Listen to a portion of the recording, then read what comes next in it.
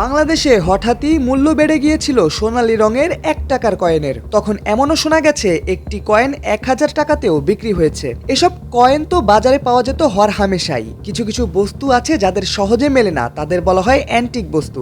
সেগুলো কিনতে হলে গুনতে হবে কোটি কোটি টাকা। তবে প্রায় সময় খবরের পাতায় দেখা যায় ভুয়া অ্যান্টিক বস্তু বলে অনেক চক্রই অনেকের কাছ থেকে হাতিয়ে নেয় কোটি কোটি টাকা।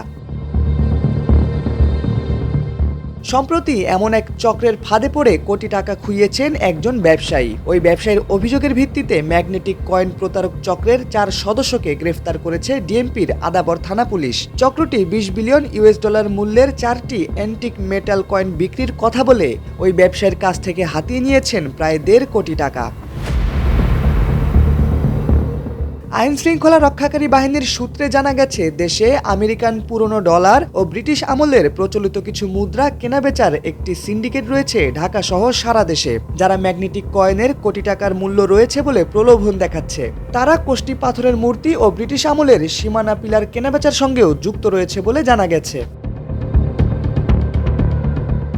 এই বিষয়ে ডিএমপির তেজগাঁও বিভাগের উপকমিশনার মোহাম্মদ ইবনে মিজান সময়ের আলোকে বলেন, এই ধরনের চক্রের সদস্যরা কেউ হন বড় ব্যবসায়ী, কেউ এজেন্ট, কেউ কেমিস্ট। তারা আসলে প্রত্যেকে এক একটি চরিত্রে অভিনয় করেন। এমন প্রতারক চক্র দেশে আরও কতটি আছে জানতে চাইলে তিনি জানান, এই বিষয়ে তদন্ত চলছে। চক্রের আরও যেসব সদস্য আছে তাদের গ্রেফতারেও অভিযান অব্যাহত রয়েছে।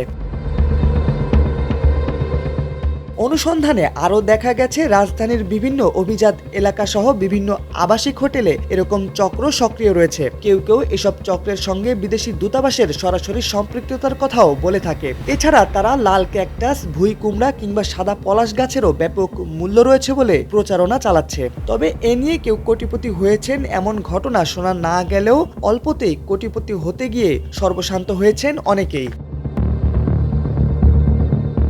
অনুসন্ধানে আরও দেখা গেছে, ইস্ট ইন্ডিয়া কোম্পানির আমলে প্রচলিত তামা ও রূপার কয়েনের উচ্চ মূল্যের কথা বলে এক শ্রেণীর মানুষ প্রতারণার আশ্রয় নিচ্ছে। এসব কয়েনের অনেক নকল কয়েনও পাওয়া যাচ্ছে বাজারে। মূলত ১৭১৭, ১৭৯৯ ও ১৮১৮ সালে ইস্ট ইন্ডিয়া কোম্পানির প্রচলিত ১ আনা, ২ আনার কয়েনগুলোতে তেজস্ক্রিয় উপাদান রয়েছে। ব্যবহার করা হয় মহাকাশ গবেষণা কেন্দ্র নাসাতেও। এগুলোর প্রতিটির জন্য কোটি টাকা দাম পাওয়া যাবে প্রতারকরা এমন ধারণা দেয়।